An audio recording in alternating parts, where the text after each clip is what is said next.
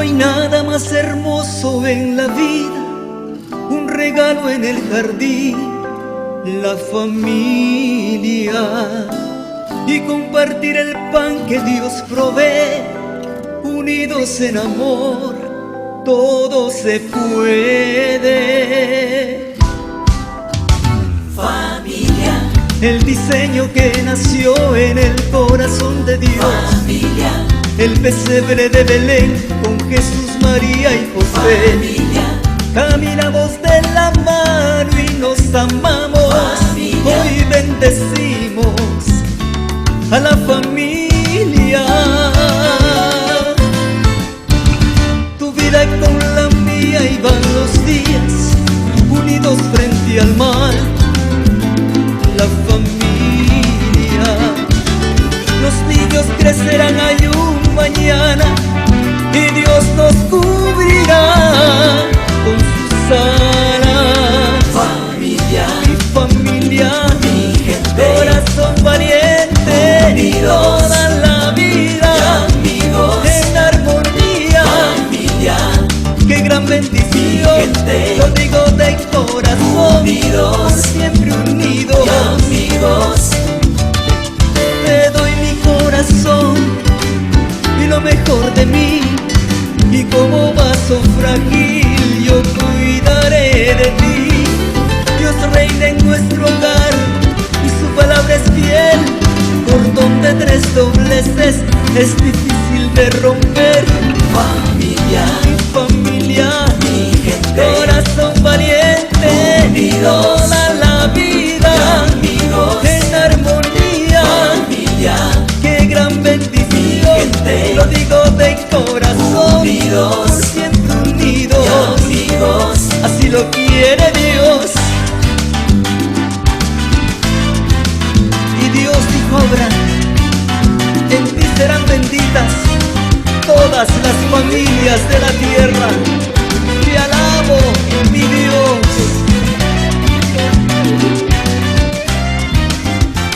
familia, El diseño que nació en el corazón de Dios. familia, El pesebre de Belén con Jesús, María y José. familia, Caminamos de la mano y nos amamos. Familia. Hoy bendecimos a la familia. familia, Mi familia, mi gente, corazón valiente, Unidos. toda la vida, amigos, en armonía. familia, Qué gran bendición, gente. lo digo de corazón, Unidos. por siempre unidos.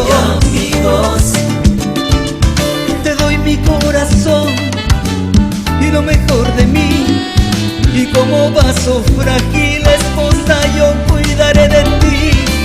Dios reina en nuestro hogar y su palabra es fiel. Cordón de 3 dobleces es difícil de romper. familia, Es el tiempo mi de que gente, tú, varón, te levantes unidos, y defiendas a tu familia. amigos, Te bendigo, esposa mía. familia, Bendición para mis hijos. Gloria a Dios.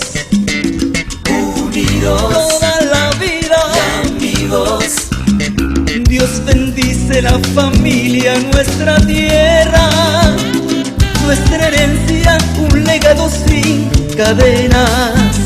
La familia en armonía es nuestra meta. Con fe, amor y paz, no hay barreras, no hay barreras. La familia.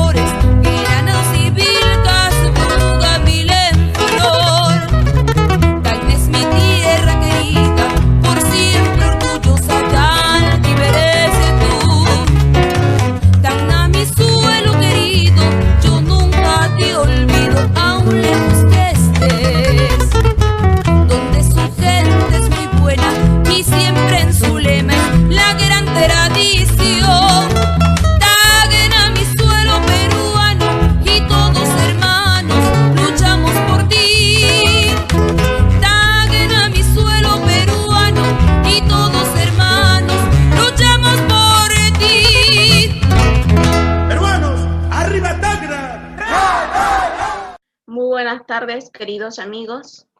Es un verdadero honor y un privilegio tenerlos aquí presentes. Un saludo muy especial para el presidente y fundador, licenciado Carlos Linares. Igualmente, para el señor Luciano Apaza, representante del Movimiento Nacional Pro Familia, Base Tacna.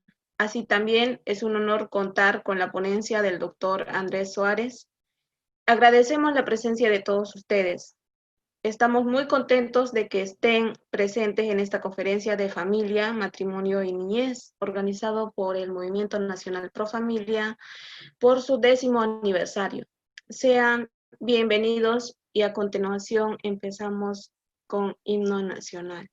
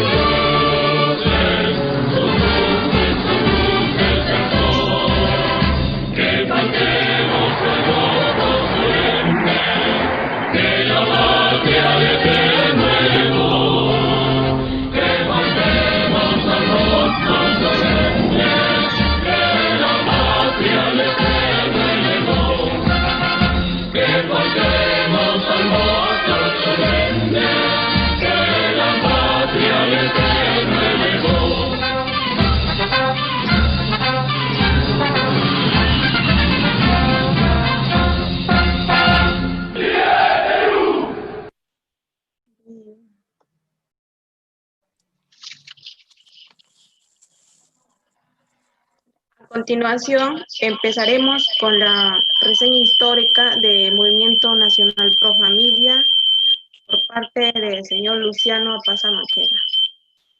Bienvenido. Adelante, amigo. Bien, buenas tardes.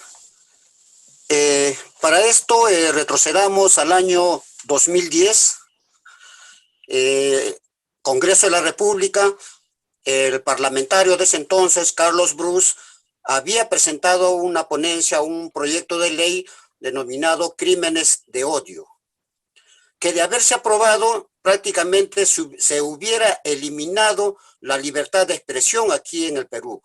Nadie podría haber disentido con estos grupos promotores de este proyecto de ley, porque hubiéramos recibido penas de cárcel, multas, etc. Felizmente, gracias al licenciado Carlos Linares, rodeado de muchas personalidades y congresistas, se logró archivar este nefasto proyecto de ley, ¿no? Merced a esto, el licenciado Carlos Linares ve la conveniencia de que se forme un movimiento nacional que defienda los intereses de la familia. ¿Por qué? Porque estos grupos LGTB, estos grupos feministas, ya estaban trabajando al interior del país en diversos municipios, tanto distritales, provinciales, así como gobiernos regionales. Por lo tanto, había que oponerle una fuerza, un movimiento de corte nacional. Es así que el licenciado Carlos Linares viaja al interior del país y en cada ciudad comienza a educar y a formar cuadros que puedan localmente lograr leyes a favor de la familia como una protección, ¿no? Además, el licenciado Carlos Linares, en los sótanos del periódico El Peruano, ubica, redescubre la ley de la familia. Estamos hablando de la ley 23466, que fue promulgado por el expresidente Fernando Belaúnde Terry, ¿no? Pero que hasta ese momento nadie le había dado la importancia necesaria, nadie le había dado, digamos, un valor y prácticamente estaba en el olvido. El Movimiento Nacional Pro Familia tiene su origen, se funda un 11 de noviembre del año 2010. Y entre sus muchos trabajos ha sido lograr varias ordenanzas a favor de la familia, por ejemplo, en las ciudades de Pisco, Barranca, Huaura, Huacho, Huaral. Pero el logro más importante que ha tenido ha sido el año pasado, año 2019, cuando en la Asamblea Regional del Gobierno Regional de Lima logra que se institucionalice de por vida el Día de la Familia. O sea, por fin la ley de familia, la ley 23466, se logra en un acto concreto, ¿no? Se logra que este gobierno regional año a año tiene que destinar un monto presupuestario para que el día conmemorativo, todo ese mes de noviembre, pueda realizarse actividades, conferencias, etcétera, en bien de la familia. Bien, eso sería, pero ahí no queda todo, ¿no? En este año de la pandemia, que hemos estado encerrados, que no podíamos salir, el Movimiento Nacional Pro Familia ha seguido trabajando, ha seguido brindando conferencias, ha sido preparando a los cuadros y abriendo nuevas bases al interior del país. Entonces, eso sería más o menos, digamos, un breve resumen de la historia del Movimiento Nacional Pro Familia, cuyo líder y fundador es el licenciado Carlos Linares.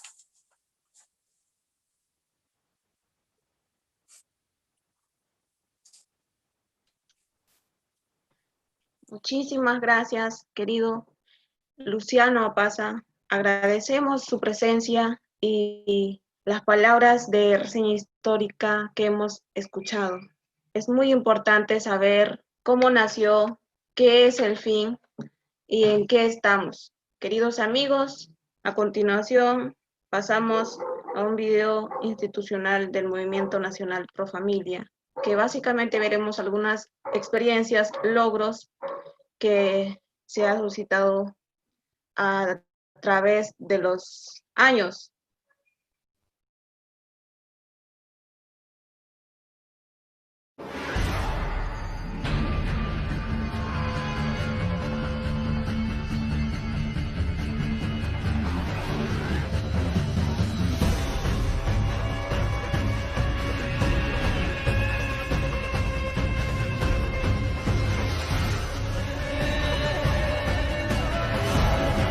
Después de defender por muchos años a la familia, llegué a la conclusión que exaltando a la familia hacíamos más daño a la gente de género, y así fue.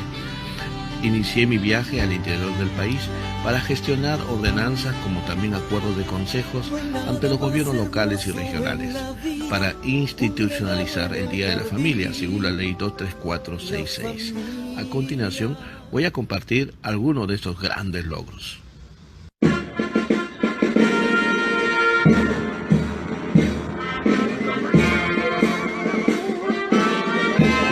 Encontramos un hito histórico para la provincia de Pisco.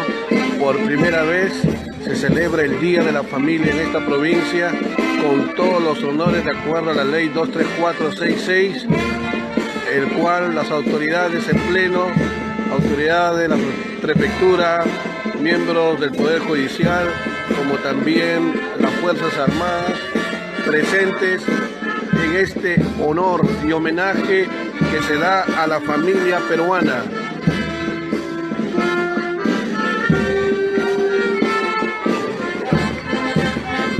Aquí podemos ver a las Fuerzas Armadas peruanas dando homenaje a la familia peruana, el homenaje a la familia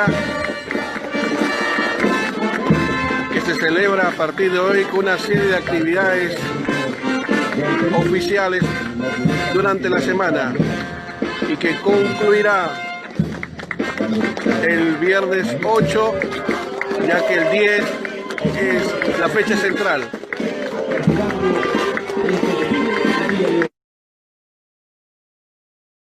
Porque es poder de Dios.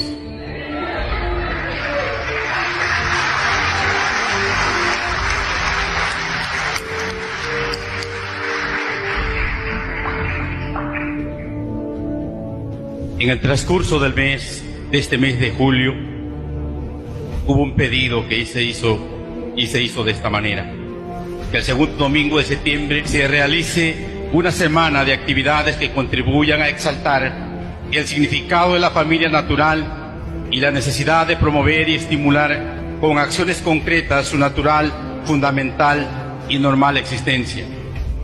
En coordinación con la Iglesia, Fraternidad de Pastores, Movimiento Nacional Pro Familia, que involucre a la comunidad de instituciones educativas y organizaciones que trabajan en la protección de la familia y promueven el matrimonio, porque en la familia se cultivan los principios y valores morales para nuestra sociedad, amparados en el artículo 4 y 5 de nuestra Constitución Política del Perú, el Código Civil y la Ley 23466, que nos dice que debe de celebrarse el Día de la Familia el segundo domingo de septiembre. Este pedido fue aprobado por unanimidad en la Municipalidad Provincial de Barranca. Fue aprobado por unanimidad en la Municipalidad Distrital de Paramonga. También fue aprobado por unanimidad en la Municipalidad Distrital de Pativilca.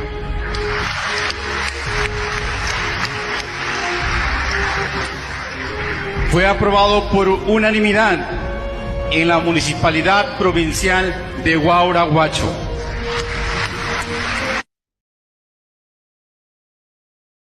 En el día de la celebración de la familia invitaremos al licenciado Carlos Linares, presidente fundador del movimiento Pro Familia, para dirigirnos unas breves palabras.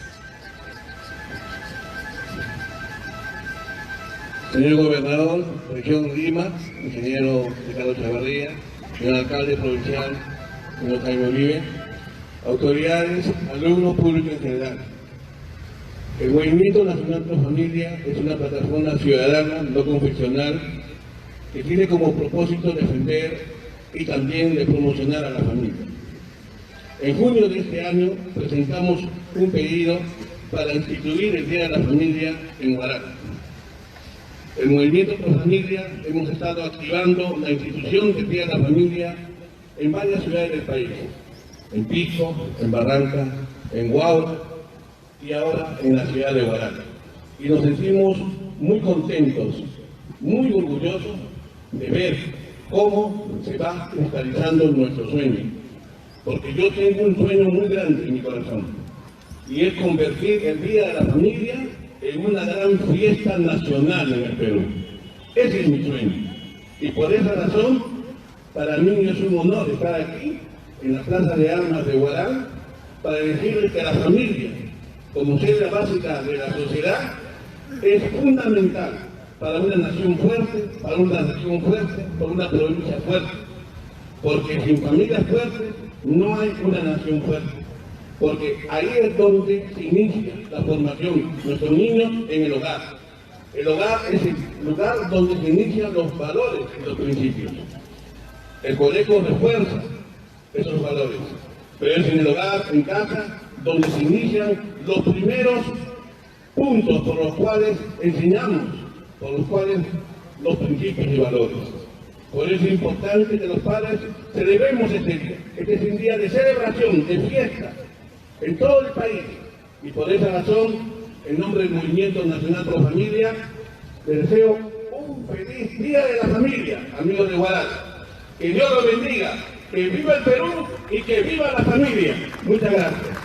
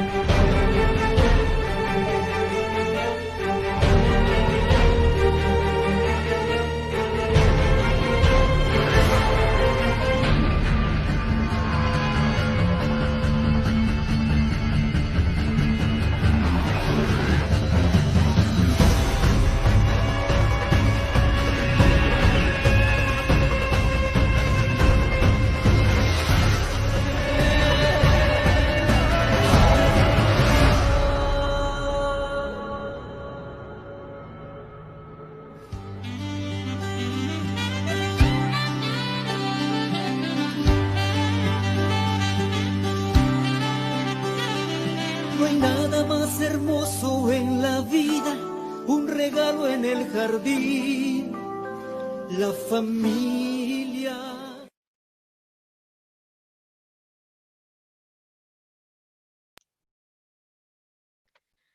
A continuación, vamos a darle la bienvenida al licenciado Carlos Linares. Es el presidente fundador del Movimiento Nacional Pro Familia. Es un honor para nosotros tenerlos aquí. Bienvenido, doctor Carlos. Ahora sí, hacer un panorama previo, una previa a la conferencia del doctor Andrés sobre lo que es tema de familia y lo que es tema pro familia, aunque parecen similares. Cuando se habla de tema de familia, se está hablando de los temas sobre el matrimonio, el noviazgo, cómo crear los hijos, todo lo que es la relación de pareja, es un tema de familia. Pero cuando se habla de temas pro familia, el tema pro familia son los temas de los derechos civiles de la familia. Son temas de derechos ya de un orden jurídico, constitucional, legal y político, ¿no? Es decir, los profamilias son los que defienden la familia y tema de familia es la promoción de la familia. Los dos tienen el mismo objetivo, tienen el mismo propósito, pero cada uno tiene su rama, pro familia, pro vida. Ahora, tema de familia y tema pro familia. Ahora, también existen dos grupos importantes, lo que es los pro vida y los pro familia. ¿Quiénes son los pro vida? ¿Quiénes son los pro familia? Los pro vida son aquellos quienes defienden la familia desde la concepción, los que estamos en contra del aborto, los que no creemos el aborto como una opción de parte de planificación familiar, etcétera, o lo llaman salud reproductiva, es decir, todos los que creen en la vida desde la concepción, ¿no? Según como establece nuestra Constitución. Entonces, eso es pro vida. Los pro familia son los que defienden los derechos civiles de la familia. Ahora, la pregunta es, ¿todo pro vida es pro familia? ¿Todo pro familia es pro vida? Le respondo. Todo pro familia, por naturaleza, es pro vida. Pero no todo pro vida es pro familia. Porque existen personas, amigos o personas quienes creen y están en contra del aborto, pero creen que el matrimonio de entre el mismo sexo para ellos es algo por el cual es natural. En cambio, los que somos pro familia, creemos no solamente en la familia tradicional, la familia nuclear, sino que también creemos por convicción en la vida desde la concepción. Entonces, por naturaleza, los pro familia somos pro vida, pero no todo pro vida es pro familia. Volviendo al tema pro familia y tema de familia.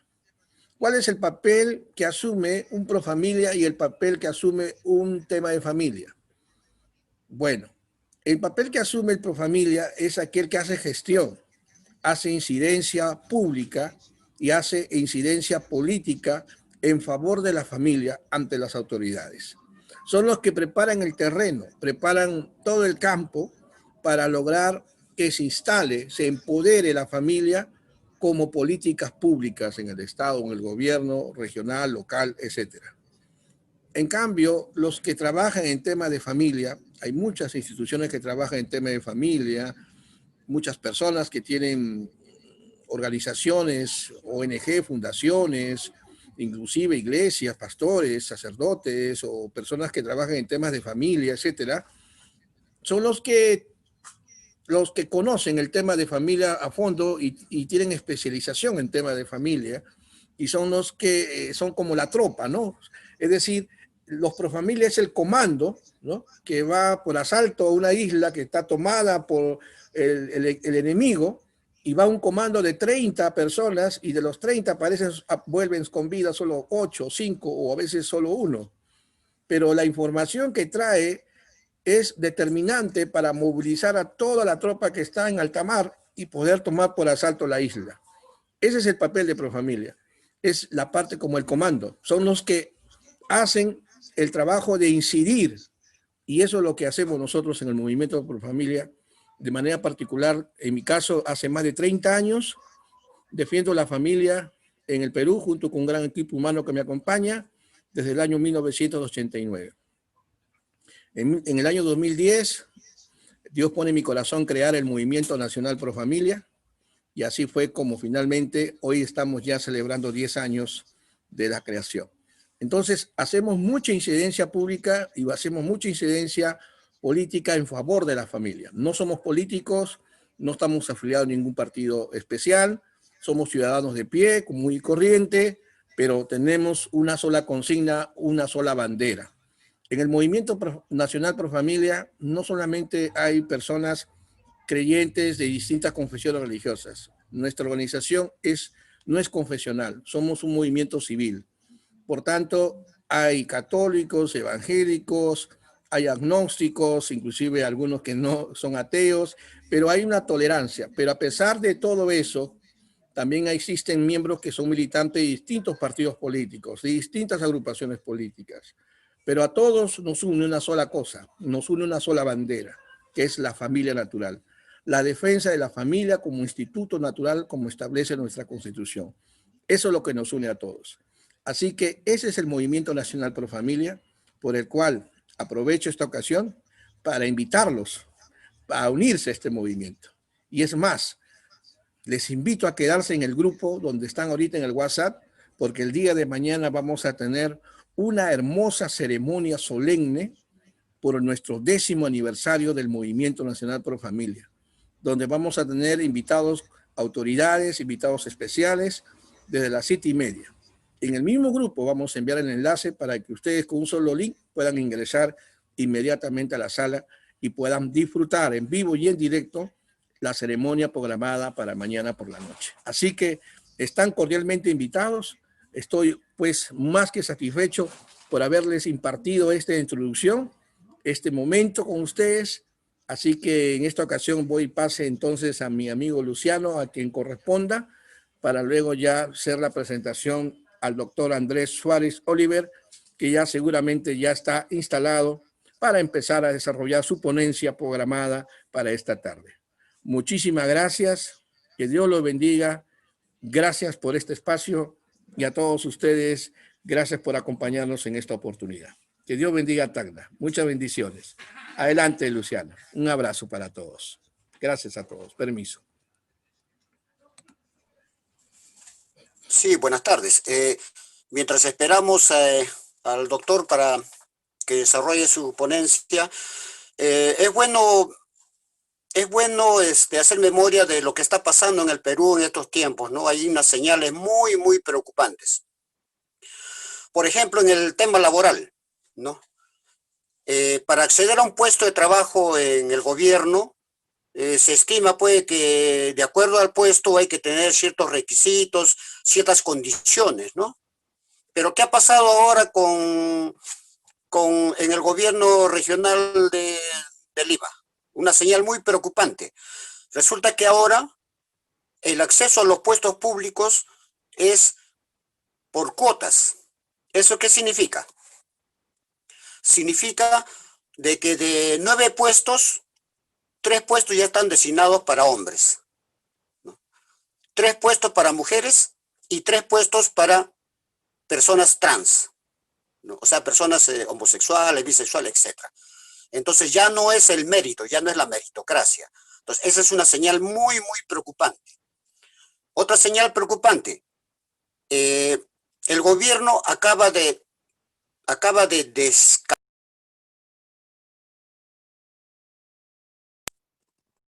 descabezar a la policía, ¿no? ¿Eso qué significa? Significa, puede que quien ha entrado es una persona grata al gobierno, ¿no? Y con el consiguiente malestar de la fuerza policial de que ya está programando un paro para los días 4 o 5 de diciembre. Así también, este gobierno ha creado un ministerio, todo un ministerio que significa que va a ser entrar un montón de gente para que lo respalden, ¿no? Y posiblemente nos estemos yendo a unas elecciones fraguadas, o sea, que este gobierno quiere eternizarse, ¿no? ¿A qué ministerio nos referimos? Acaban de aprobar la creación del Ministerio de Cultura de la Familia, ¿no? Entonces, eso nos debe nosotros a ponernos a pensar y ver qué cosa, cómo vamos a reaccionar, ¿no? Y para mí, que la única forma de reaccionar es a través de un movimiento, defendiendo nuestros intereses, defendiendo lo que nos corresponde como integrantes de la familia.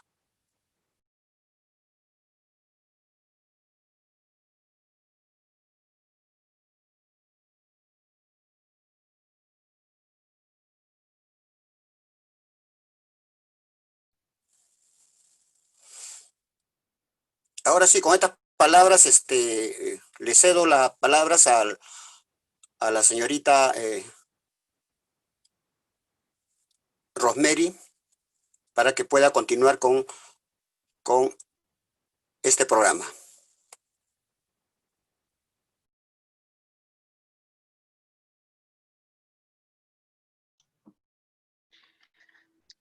Sí, ya estoy viendo que el doctor Andrés está conectándose con el audio. Así que vamos a empezar con la ponencia de familia, matrimonio y niñez. Y ya está listo el doctor, ya está a la orden. Sí.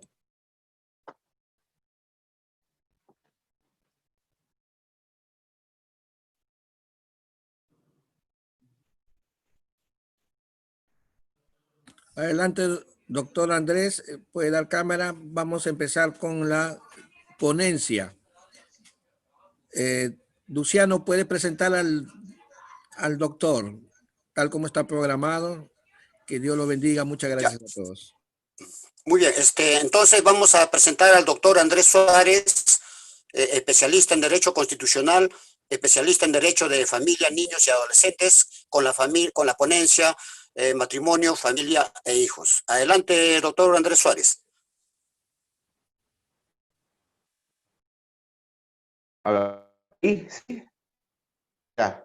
Sí, ¿no? Al Movimiento Nacional Pro Familia, felicitaciones por su 10º aniversario.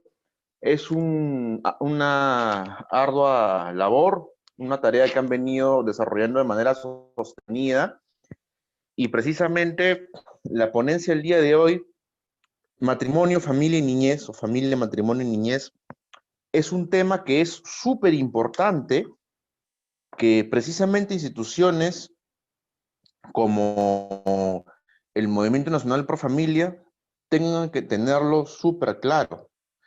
A nivel internacional, déjenme decirles que Perú es el fortín, Perú es el bastión, Perú es el último bastión de defensa de derechos de la familia, tal y como lo conocemos. Es más, desde Perú salen todas las demás estrategias de apoyo y de defensa y de representación de la familia. Pero acá yo creo que es muy importante puntualizar que esto no es gratuito, esto no es gratis, esto no es porque, sí, ya, porque Perú es el último país en el cual no se estableció el matrimonio homosexual y tantas cosas. Bueno, sí, pues tienen razón, en parte de los efectos son estos, pero no es gratuito tampoco que Perú tenga este posicionamiento a nivel internacional con la defensa de la familia tal como la conocemos. ¿De dónde viene este posicionamiento a nivel internacional de Perú como defensa, como último bastión de protección a los derechos ciudadanos o de la familia? Y viene precisamente de que se han tratado la defensa de la familia desde el punto de vista y desde la perspectiva civil, desde la perspectiva cívica. Es decir, nuestro Código Civil peruano, nuestra Constitución Política peruana, no es violatoria de derechos humanos, por Dios. No es vejatoria de derechos humanos, no es una constitución maligna, malévola, que odia a los seres humanos, ¿no? Díganme ustedes el artículo 234, por ejemplo, que define matrimonio en el Código Civil. ¿A quién ha matado ese artículo? ¿A quién ha asesinado ese artículo? ¿Qué persona, qué niño ha caído en la desgracia? ¿Qué familia ha caído en la pobreza por el artículo 234 del Código Civil, que es la definición de matrimonio, por el amor de Dios? O sea, yo no sé por qué ahora, y tenemos que estar advertidos, o apeligrados, como lo dicen previamente, porque el fallo reciente del señor Ugarteche, que es una persona que contrae matrimonio en México y adrede, porque ni siquiera vive en Perú el caballero, adrede, a propósito, viene a Perú a hacer la convalidación del matrimonio extranjero. Ok, hablemos de derecho internacional público. ¿El Perú reconoce asistencia extranjera? Sí, sí reconoce sentencia de acto jurídico público extranjero, sí, sí reconoce, pero todos, no. En el Perú existen aproximadamente 27, en el mundo existen aproximadamente 27 países que tienen dentro de su legislación la posibilidad de que un hombre se case con más de una mujer, la poligamia matrimonial. Hay 27 países que lo aplican, ¿y Perú tiene que aplicarlo necesariamente? La respuesta cae de madura. Existen aproximadamente 6 países que confesa y expresamente consienten el matrimonio entre hombres y mujeres sin importar el límite de edad de estas. O sea, estamos hablando de menores de edad. Y Perú está en la obligación de reconocer ese tipo de actos jurídicos, ¿no? Entonces, hay cuestiones preliminares que tenemos que pensar sobre si calza o no calza la figura jurídica extranjera dentro del país. Ahora, ¿y este análisis jurídico es vejatorio de derechos humanos? ¿Es inconstitucional? ¿Es inhumano? ¿Es de alguna forma atentatorio en contra de los derechos civiles y políticos de alguien? Yo creo que no, porque precisamente, no lo digo yo, lo dice el gran maestro Mario Castillo Freire, redactor de nuestro Código Civil incluso. El Perú no está obligado, en palabras de él textualmente, que las pueden encontrar si quieren en YouTube, en Internet, el Perú no está obligado a reconocer todo tipo de actos jurídicos extranjeros. Y la ley peruana no tiene por qué, del mismo modo, reconocer o legislar absolutamente todos los actos de la vida ciudadana. Es decir, yo protejo lo que tiene que protegerse. lo que merece protección. ¿Quién merece protección? Los niños. ¿Dónde se producen los niños? En la unión sexual de un hombre con una mujer que se da por naturaleza dentro de un matrimonio. Ah, ya. Y por extensión a las uniones de hecho. Hasta allí estamos hablando de ideologías, de cuentos de la Caperucita Roja, del Lobo Feroz. ¿Estamos hablando de los cuentos de Narnia? No. Estamos hablando de lo que es científico, de lo que es legal. Estamos hablando de lo más básico de lo básico, de lo que tiene que defenderse porque tienes que hacerlo, porque no hay otra forma, ¿no? Entonces, yo creo que tanto como nos ha pasado, porque a mí me encanta hablar de la guerra con Chile, por ejemplo, pero por la temática que nos aboca no puedo extenderme en otras materias, para no distraer tampoco la mente del público, porque académicamente el cerebro humano tiene atención de 45 minutos académicos. Sin embargo, esta temática de hoy, la temática de hoy de persona, matrimonio, familia y niñez, es el tema más importante a mi modo de ver, a mi forma de ver. Tú puedes hablar de aborto, evidentemente, de aborto es importante porque sin vida no hay nada, pues el primer derecho es el derecho a la vida, pues si no hay vida no existe derechos, así de simple. Entonces, aborto es un tema importante, adopción es un tema importante, pero el tema de matrimonio, familia y niñez es medular para los conocedores de la defensa de la vida.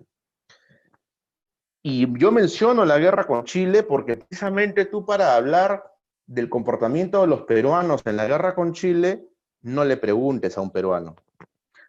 Porque si hablamos de esa época, de la guerra del Pacífico, tendríamos que estar hablando de Basadre. Y quien ha leído Basadre, las crónicas de Basadre, ha podido darse cuenta que él dice, el cholo, el peruano, el cholo es traidor, el cholo es flojo, el cholo es cobarde. Historiador peruano, yo no, léanlo, búsquenlo en internet, que dice la traición de los peruanos contra su propio pueblo, siendo peruano.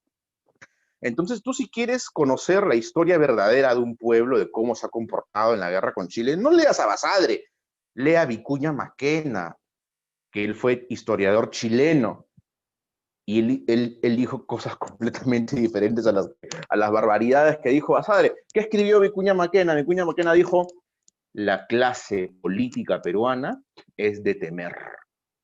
El hombre académico peruano es fuerte en la academia y duro en la guerra. Te responden tan fuerte en la batalla intelectual como en la guerra física y el combate cuerpo a cuerpo. No se amilanan, es valiente, es de temer. Y es por eso, ¿no?, que si Chile quiere, porque lo dijo Diego Portales, y hasta ahorita todas las avenidas principales de Chile y los colegios emblemáticos de Chile se llaman Diego Portales. ¿Qué dijo Diego Portales? Dijo, el futuro de Chile está en el norte. Pero bueno, no me extenderé más sobre ese tema, que hay muchísimo para hablar, pero el tiempo es corto. El tema es, si tú quieres saber cómo estás yendo en tu combate, no le preguntes a las personas que te dicen que lo estás haciendo mal, pregúntale a tu enemigo, ¿qué dice tu enemigo sobre ti? Y precisamente, el rival político ha sido un movimiento del cual no voy a... casi lo menciono, no lo voy a mencionar acá, pero el presidente de este movimiento, un movimiento homosexual, una cosa así parecida a Perú, dijo, no lo dijo en Perú, lo dijo en Argentina, y dijo, en Perú nos han ganado los Provida, los celestitos, porque nos han parado el macho, dijo, nos han parado el macho en la academia, los intelectuales, los derechos civiles. No nos han hablado de religión, no nos han hablado de, ay, pobrecito, que el cura, que el pastor. No. Nos han ganado con derecho civil y en eso no hemos estado preparados. Y ahí nos han dado la batalla en Perú. Es por eso que esas felicitaciones son para ustedes, para todos los miembros del movimiento Pro Familia, para el pastor Carlos, que tiene 10 años trabajando en esto. Esto no es de oh, sí, tenemos 2 días, 2 semanas trabajando. No, son 10 años que cumple el movimiento Nacional Pro Familia. Así que entremos en materia. Matrimonio, familia y niñez. Piedra angular de la lucha pro vida, pro valores y pro familia. ¿Qué cosa es matrimonio? La noción jurídica del matrimonio la encontramos en la Constitución Política del Perú, en el artículo 4 o 5, donde la Constitución se limita a una función muy sencilla y es bastante científica y es bastante racional. La Constitución Política del Perú, ¿qué cosa hace? Reconoce. ¿Qué cosa es reconocer? Es yo conozco aquello que reconozco que existe. Ah, ya, tú existes. Ah, ya, como tú existes, yo reconozco tu existencia y digo, sí, existe en la sociedad algo que se llama familia. Existe en la sociedad algo que se llama matrimonio. Primero existe esto y después existo yo. Y por cuanto lo reconozco, lo protejo y lo desarrollo.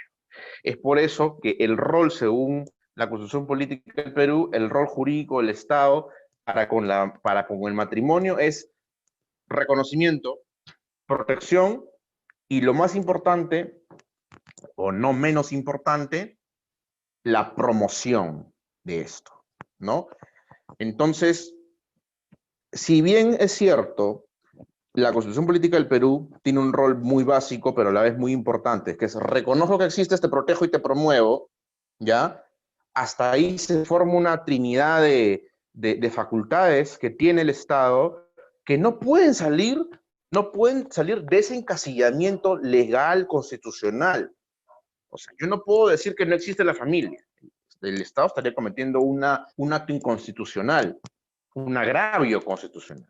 No puedo dejar de defender a la familia, que es lo que muchos están haciendo últimamente, porque parece que no se dan cuenta en qué cajón desastre se están metiendo cuando dicen que la familia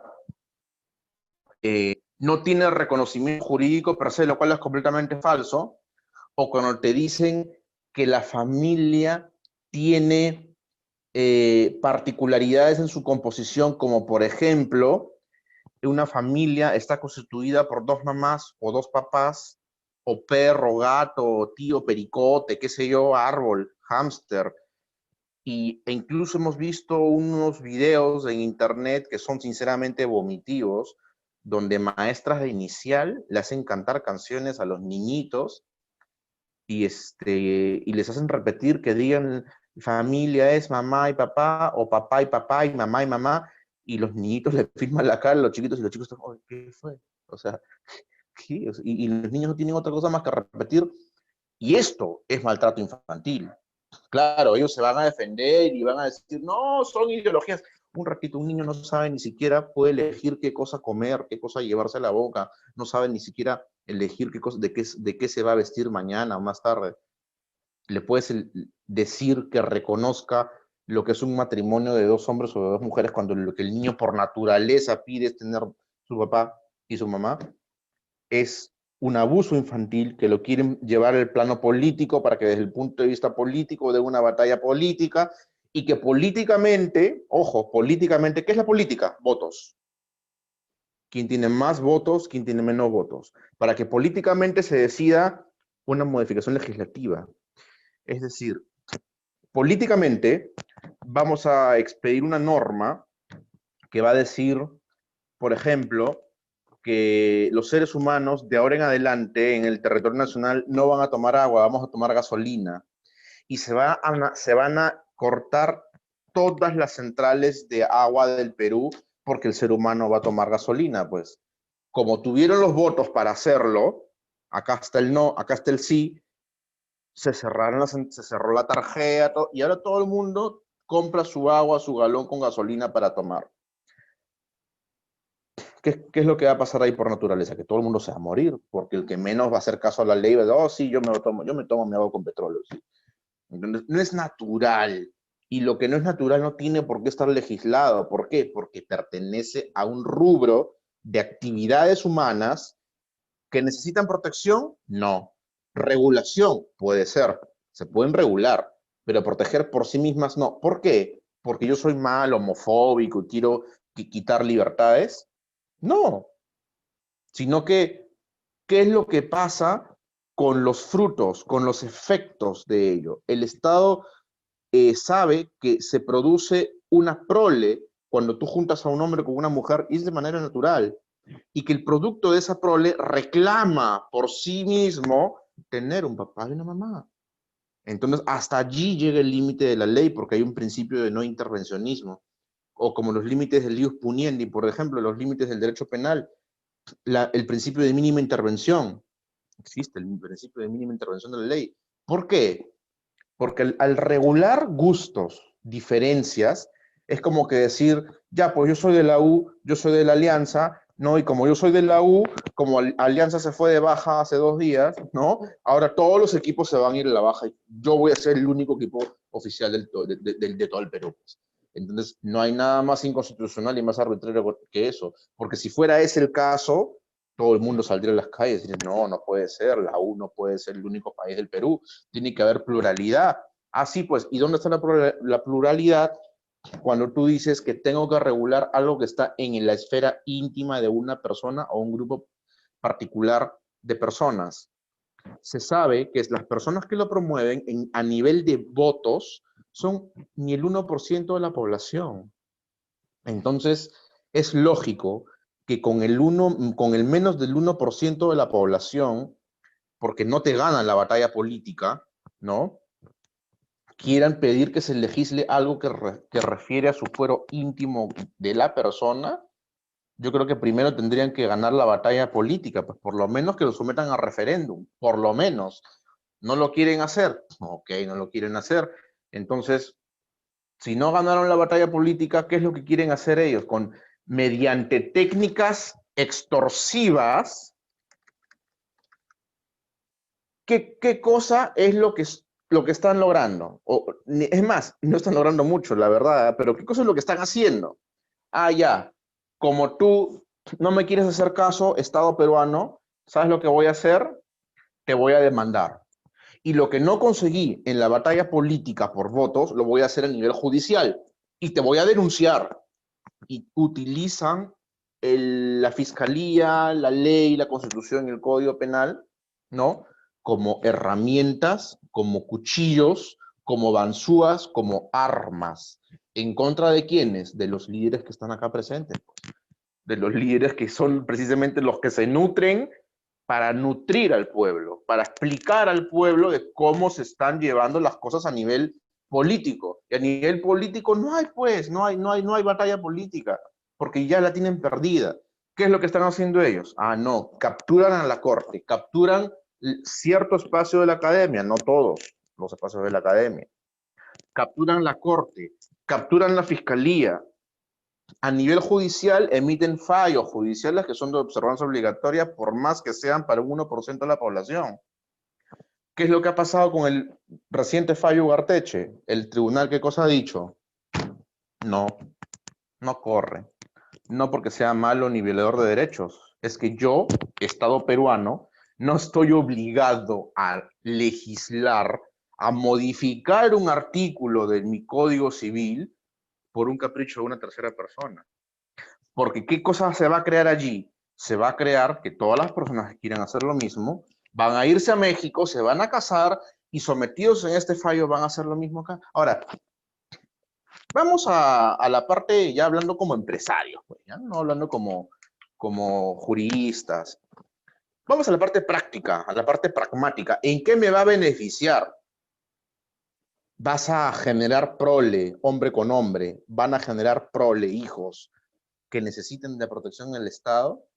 O sea, que ¿acaso el Estado no te ha dado suficientes herramientas como tu testamento, tu testamentógrafo, tu declaración de todo lo que tú quieras para que tú puedas disponer tus contratos de donación a plazo determinado, indeterminado, para disponer de todos tus bienes? Porque si el tema es patrimonial, es más, tú compras un seguro y yo compro un seguro y lo puedo poner de beneficiario a mi vecino. Entonces, ¿cuál es el capricho? No se entiende cuál es el capricho.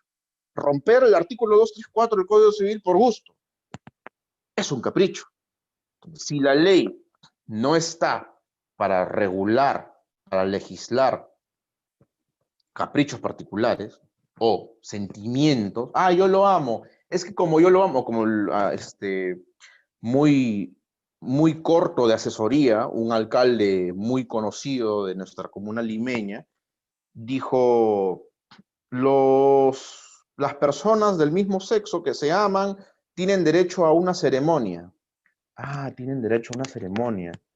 Este hombre no tiene abogado, ¿no? Este hombre no ha preguntado de qué se trata el matrimonio. El matrimonio no es una ceremonia.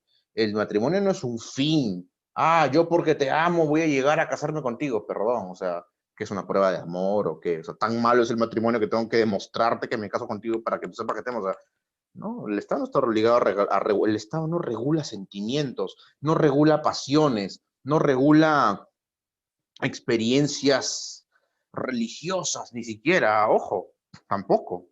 Si yo siento un llamado de Dios, no tengo por qué ir a decirle a la corte que legisle mi llamado de Dios y que de pronto sea legal, que todos tengamos que sentir el llamado de Dios y hagamos determinadas conductas. O sea, es tanto por un lado como por el otro, son absurdos jurídicos, imposibles jurídicos, porque devino en absurdo.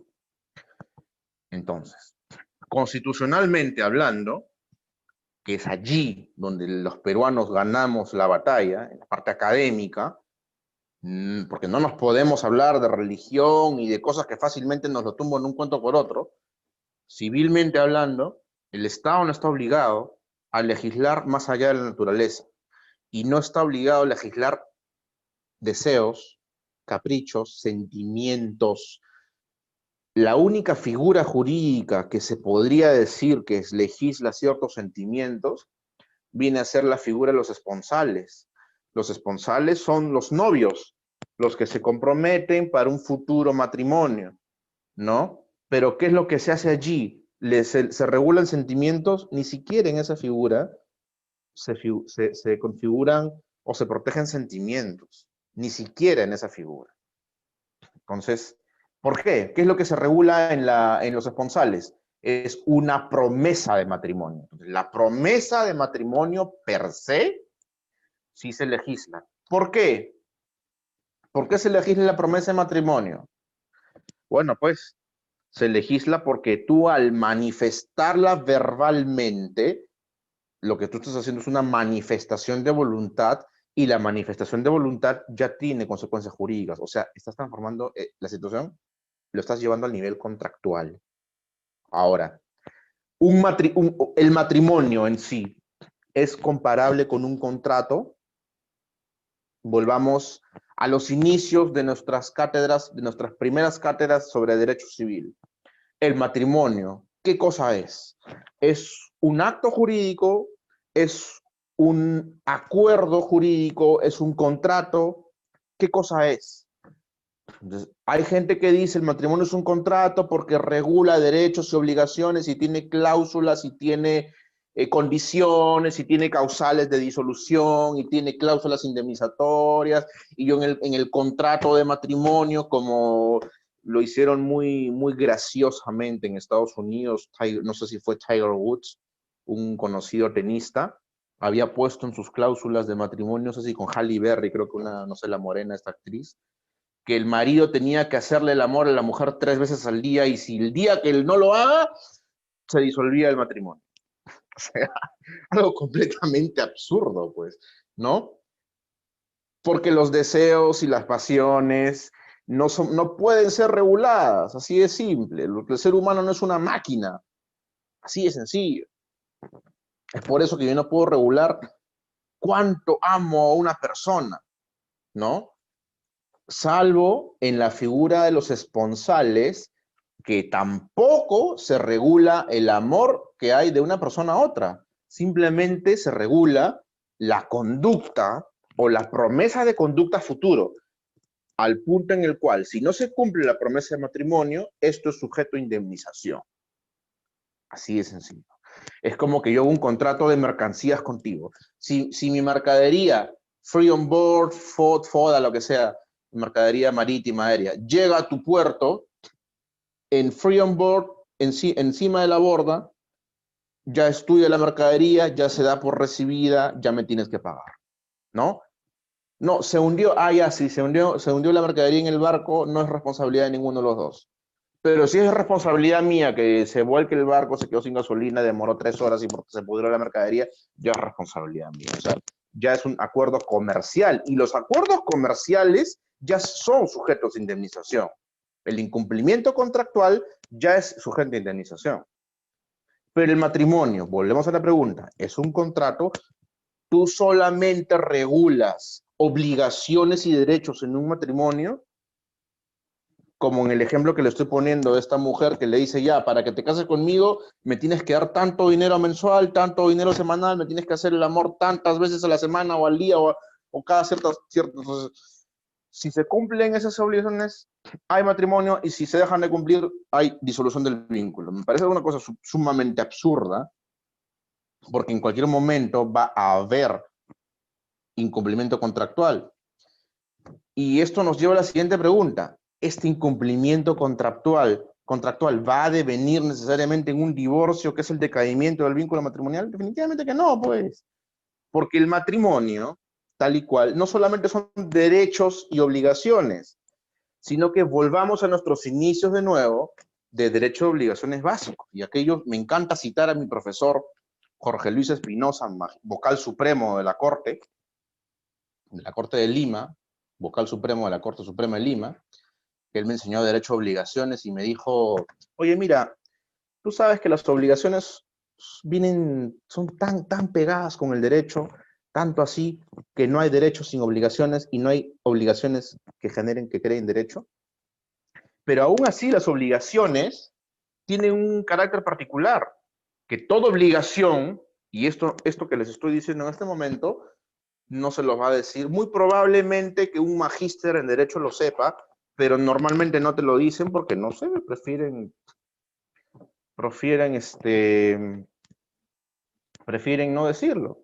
Pero la gran verdad es que toda obligación tiene un deber de cuidado. Por ejemplo, yo me voy a la esquina, tomo un micro, me da mi boleto del micro, y el micro, a través del boleto, es el comprobante de que yo tengo la obligación de haber pagado un boleto y él tiene la obligación de llevarme a mi destino, ya sea en la puerta de mi casa o de mi destino, o ya sea en un paradero determinado. Pero esa es la obligación. Pero dentro de la obligación hay un deber de cuidado. ¿Cuál es el deber de cuidado? Llevarme entero, pues. O sea, si tu obligación es llevarme del punto A al punto B, obligación, obligare, del latín, atar alrededor, obligare es atar alrededor, estoy obligado a llevarte de un sitio a otro, bueno, pues, tu deber de cuidado es llevarme en una pieza, no que se descarrile el barco o se descarrile el bus y nos muramos todos, es llevarme vivo por lo menos a mi punto de destino. Ese es el deber de cuidado que no está expresamente en el contrato, está en la teoría del derecho de las obligaciones, ¿no? Entonces, ¿qué pasa con el matrimonio? Se pueden contabilizar cuáles son las obligaciones y cuáles son los deberes de cuidado dentro del matrimonio.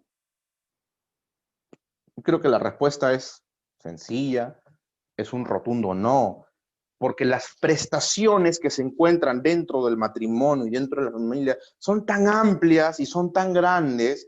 Por ejemplo, ¿cuánto le tengo que pagar a mi mamá por haberme alumbrado? ¿Cuánto le tengo que pagar a mi papá por haber cuidado a mi mamá cuando estaba embarazada? ¿Cuánto le tengo que pagar a mi hermano, mi hermana, no sé cuánto, por haberme cuidado cuando me enfermé, cuando no tenía comida, cuando estuve en la cama con fiebre, que me atropelló un carro, que no sé cuándo, que me caí de la bicicleta? ¿Esas prestaciones tienen valor económico o no tienen valor económico?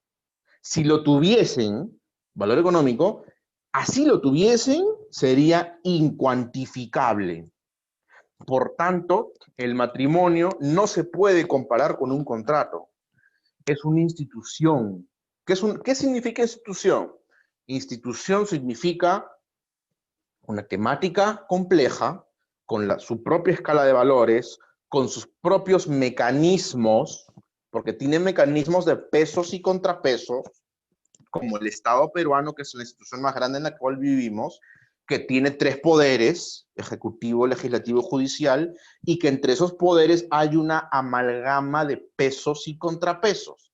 No lo que se ha visto últimamente, que ha sido un total perdonen la palabra, un total mamarracho. El presidente, no me gusta el Congreso, lo disuelvo. No me gusta el presidente, me lo vaco. O sea, hay que aprender a jugar según las reglas. Y esto se ve en el partido de fútbol. Alianza Lima, estamos a un día de que se vaya a la baja técnica. Todos los equipos de fútbol mandándole carta a la federación que cambiemos las reglas de juego, que ya no exista el tema de baja. Ah, ya, que no existe el tema. Entonces, ¿para qué quieren jugar un juego con reglas si no van a saber respetarlas? ¿Me entiende? Entonces, ya el Tribunal Constitucional dijo que sí fue legal una primera vacancia, ¿no? Ahora resulta que a la gente no le gustó, pues, porque es bruto, porque no sabe hablar este presidente, mil razones. Y la gran pregunta es, ¿esto me legitima quemar la ciudad porque no me gusta la persona que cayó? Entonces, ¿dónde está la ahí es por eso es que se dice, se pierde institucionalidad, porque no quiero jugar las reglas del juego, no me someto a las reglas del juego, quiero hacer lo que yo quiero y me tengo que olvidar de mis deberes de ciudadano, que es respetar la norma, respetar la ley. En cuanto a matrimonio está pasando lo mismo. La sociedad, ya con rasgos enfermizos, está llevando a no respetar el matrimonio. Ah, sí, pues, estoy casada contigo, pero me acuesto con otras personas. Y eso es un deber moral que no está escrito en ninguna norma, en ninguna ley, pero éticamente y moralmente es por eso que existe el principio del respeto a la moral y las buenas costumbres. Si yo digo, ¿es buena o es mala costumbre que una esposa recién casada se esté acostando con varios hombres o un hombre recién casado haga lo mismo? No. Ah, ¿qué hizo el legislador? Ah, ya, el adulterio como causal de disolución del vínculo matrimonial. Ojo, no estamos coactando ninguna libertad. ¿Lo puede hacer? Sí lo puede hacer, pero trae consecuencias legales para lo que es la institución del matrimonio. Es por eso que el matrimonio, que es como primer tema de esta ponencia, el matrimonio es una institución, no es ningún contrato, no es ningún acuerdo verbal ni político. Ahora, es una institución que tiene propias reglas, propias normativas y propio juego de pesos y contrapesos de poder de acuerdo a las buenas costumbres, a las buenas prácticas, a la moral y a la ética global. Así de sencillo. Si se habla de matrimonio, se habla de que se le está dando protección a algo en particular. ¿Qué cosa es esto en particular? Es la familia. Ok, ¿qué es la familia? La familia es aquel centro de promoción de valores, de principios, de educación, sobre todo. Recordemos que los teóricos de la educación, Jean-Pierre Voltaire, hablan, Pestalozzi, hablan sobre que existe una teoría constructivista de la educación, que te dice que el ser humano es una criatura individual por sobre la cual tú puedes ir poniendo, construyendo conocimientos. Esa teoría constructivista no tiene otra palabra más que la palabra instrucción. Es por eso que yo también cuestiono la denominación del Ministerio de Educación. El Ministerio de Educación no debería, así como el Ministerio de la Mujer, no debería llamarse Ministerio de la Mujer, sino debería llamarse Ministerio de la Familia, porque en ninguna parte de la Constitución ni el Código Civil dice que la mujer tiene preferencia de protección, ni de promoción, ni de reconocimiento. Es la familia quien lo tiene. Entonces, ¿por qué existe un Ministerio de la Mujer? ¿Dónde estaba el ejército de abogados que pueden presentar solventemente, autosolventada, autosostenidamente, una demanda para ese acto inconstitucional de creación de un ministerio ilegal, pues? ¿Qué dice la Constitución? ¿Que se defiende solamente a la mujer? No. Artículo 4 y 5 de la Constitución claramente dice, el Estado promueve la familia, el matrimonio.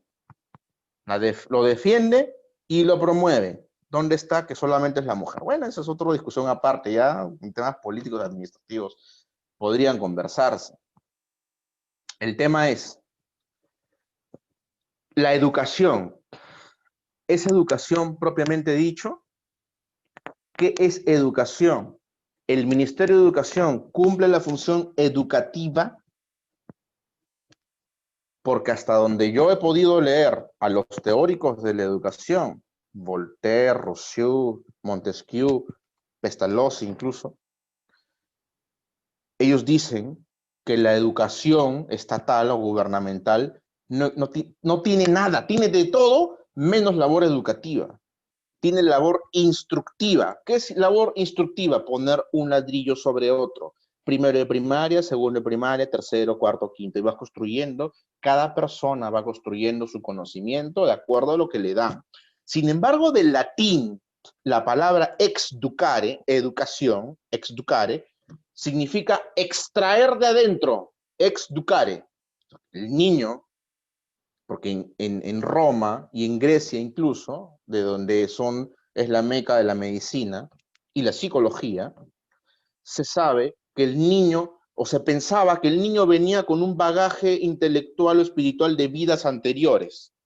Como creían eso ellos, los griegos, decían, no, la función exducativa es que el padre o la madre extraían lo mejor de ese espíritu nuevo y le daban forma como si fuera un muñeco de barro, ¿no? Un alfarero, ¿no?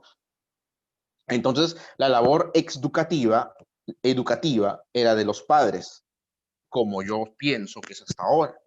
Porque el padre, es más con esta tecnología, el avance tecnológico de ahora, ¿qué vamos a estar nosotros enseñándoles a nuestros hijos a sacarles sus ejercicios de matemáticas? Ellos están construyendo cohetes espaciales, a mi modo de ver. Los chicos ahora están súper adelantados, ¿no? Entonces, la labor del exducare, de la educación, le corresponde exclusivamente a los padres y en Perú el Código Civil lo reconoce. Tanto es así que todo el Código Civil y el Código de Niños y Adolescentes reconoce la primera opción para los padres de decidir el futuro de los hijos. Tanto es así que literalmente en el primer artículo del libro de familia dice, los hijos le pertenecen a la madre. No dice que los hijos le pertenecen al Estado, pertenecen a la madre. Y desarrollativamente con derechos para ambos padres, en partes iguales. Lo dice, o sea, ahorita ya de más está ponernos a leer los artículos del código, lo dice. Entonces, si la familia es el centro de producción de nuevos ciudadanos y el matrimonio es la institución por la cual se crean vínculos de parentalidad, es decir, a partir del matrimonio, yo establezco para nuestra cultura quién es mi padre, quién es mi tío, quién es mi abuelo, y la doctrina escolástica claramente lo dice. Se cuenta el entroncamiento, el vínculo del entroncamiento se prueba a partir de volviendo al tronco común. ¿Quién es el tronco común? El abuelo. Ok, yo soy uno, mi padre es uno, mi abuelo es un parentesco consanguíneo en segundo grado de consanguineidad, ¿no? Con mi abuela es lo mismo, porque entre los dos existe lo que es el vínculo de consuno entre esposo y esposa, para la ley esposo y esposa, por eso que se llaman esposos, porque están esposados, legalmente esposados, van siempre juntos. ¿Qué significa eso? Que a través del vínculo de consuno, los dos son uno. Es por eso que los esposos están obligados a comprar un carro, comprar una casa, siempre lo hacen de dos. Es causal de nulidad un contrato firmado solo por la esposa, solo por el esposo, ¿no? Porque existe el vínculo de consumo, ¿no?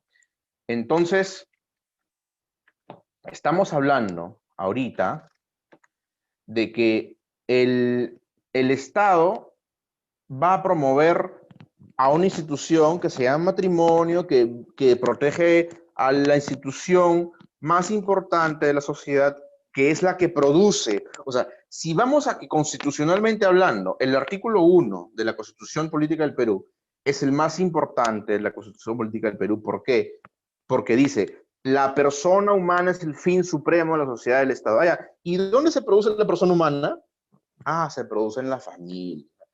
ok, a esas familias que se han preocupado por mantener un statu quo, una estabilidad para la prole, vamos a darle protección legal, jurídica y económica. ¿Cómo se va a llamar? Matrimonio. Ya, y profesor, a los que no se casan, ¿cómo hacemos? A los que no se casan, vamos a poner una condición. Con 2 años de convivencia, van a tener el mismo régimen de gananciales que los casados, con 2 años de convivencia.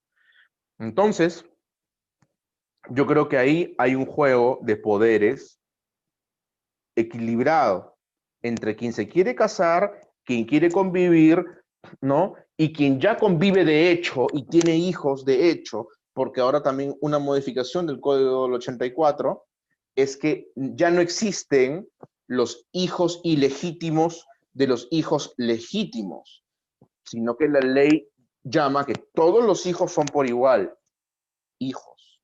Así de simple. Y esto nos acerca un poquito más a la materia más importante de toda esa temática. ¿Cuál es? La niñez, pues. ¿Cuál es el fin de todo lo que estamos hablando? ¿Que yo acaso estoy pidiendo un derecho de poner mi carrito sanguchero en la esquina y que me dejen trabajar? Estoy pidiendo mi derecho a que me dejen viajar, de que me dejen pasear por todo el Perú, sacar a mi perro a la calle, ir a la playa sin mascarilla. No, no estoy pidiendo ningún derecho de esos. Estoy regulando un juego de instituciones jurídicas que van a repercutir en la vida de alguien. ¿Quién? En las palabras de mi maestro de antropología, el profesor Francisco Iriarte, Brenner, búsquenlo, métenle Google, Francisco Iriarte, no sé si ya se murió porque estaba bien viejo y fumaba como chino en quiebra, como se dice criolamente, ¿no? Era muy fumador, pero era un brillante antropólogo. Él decía, no existe ser más inútil que la cría del humano. Es decir, tú puedes tener un pollito recién nacido, un tigrecito recién nacido, un perrito recién nacido, lo que tú quieras, pero la cría más inútil de todas, la cual no puede desarrollarse sin cuidados externos, o valga decir maternos, ¿no? No sobrevive y se muere por sí solo, es el ser humano. Es por eso que el Estado reconoce también que la cría, estamos hablando científicamente, estamos acá en un debate científico, ¿no? La cría del humano son los bebés, los bebitos, los niños, son lo más débil de la naturaleza. Y por cuanto son lo más débil de la naturaleza, necesita una protección especial. ¿La protección especial cuál es? Punto 1, todos son iguales ante la ley. Punto 2, una vez que pasa un tiempo de convivencia entre los padres, tienen sus derechos a heredar. Es más, los derechos a heredar los tienen desde el nacimiento, porque todos los niños son iguales, ¿no? Entonces, esta protección especial hacia la niñez no la vamos a ver solamente, por ejemplo, en el Código de Niños y Adolescentes. Lo vamos a ver en el Código Civil y en la Constitución, cuando te dice que el Estado defenderá preferentemente ¿a quiénes? Al anciano, a la madre, a la mujer desamparada, a los jóvenes y a los niños. Básicamente a los niños. ¿Qué tipo de protecciones tienen los niños? Bueno,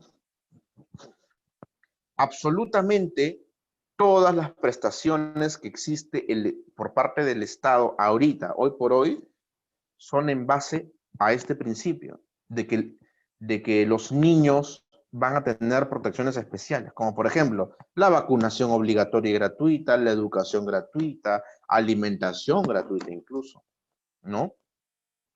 Que son los cuidados básicos, que si no te los da nadie, una institución, por ejemplo el INAVIF, te los tiene que dar. Ahora, estas instituciones cumplen realmente su cometido. Ese ya es otro análisis que tenemos también para darle 2 horas parejo. Porque, por ejemplo, ya hablando de niñez y juventud, el Puricultorio Pérez Araníbar tiene una capacidad para 250 niños.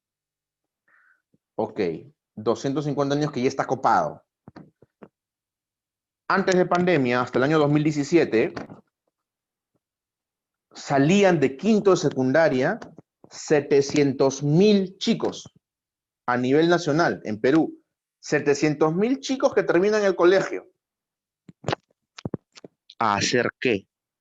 Yo les pregunto a los oyentes, a la audiencia del Movimiento Nacional Pro Familia, ¿a hacer qué 700.000 chicos? ¿A hacer qué? ¿Cuántos de esa población son 700.000? ¿Cuántos estudian? ¿Cuántos trabajan? ¿Cuántos son delincuentes? O sea, el Estado tiene de verdad la capacidad, con un puricultorio de 250 niños al año, para coberturar sus necesidades. Yo creo que no. Es por eso que mucha ausencia paterna, mucha ausencia materna, mucha ausencia de cuidados. ¿Y qué pasa cuando no hay familia? Porque acá volvemos a encontrar el círculo de la temática y le podemos volver a dar y volver a dar, volver a analizar y vamos a continuar ad infinitum encontrando causas, posibles soluciones y falencias del sistema.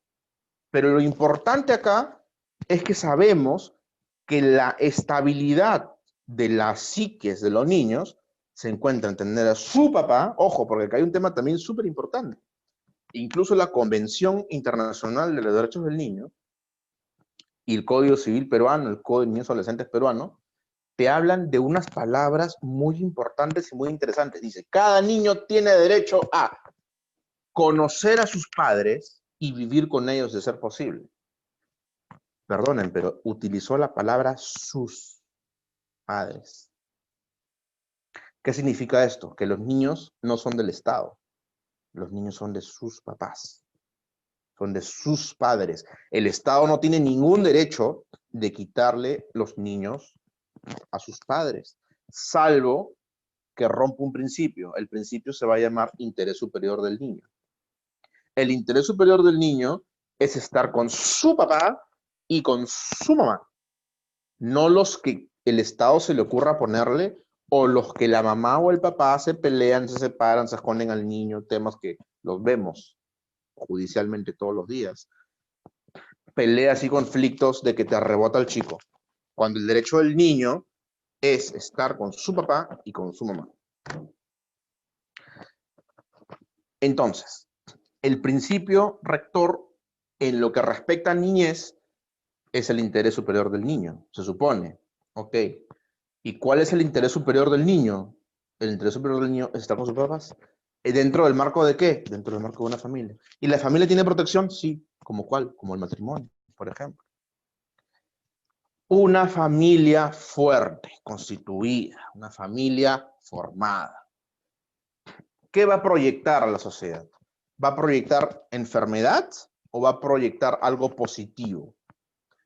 Allí es que tiene que empezar ya nuestro análisis, no solamente desde el punto de vista de familia, sino nuestro punto de vista geopolítico, señores. Geopolíticamente hablando, ¿nos conviene tener familias fuertes o nos conviene tener cualquier modelo de familia no representativo en nuestra sociedad? Y eso nos lleva a otra pregunta.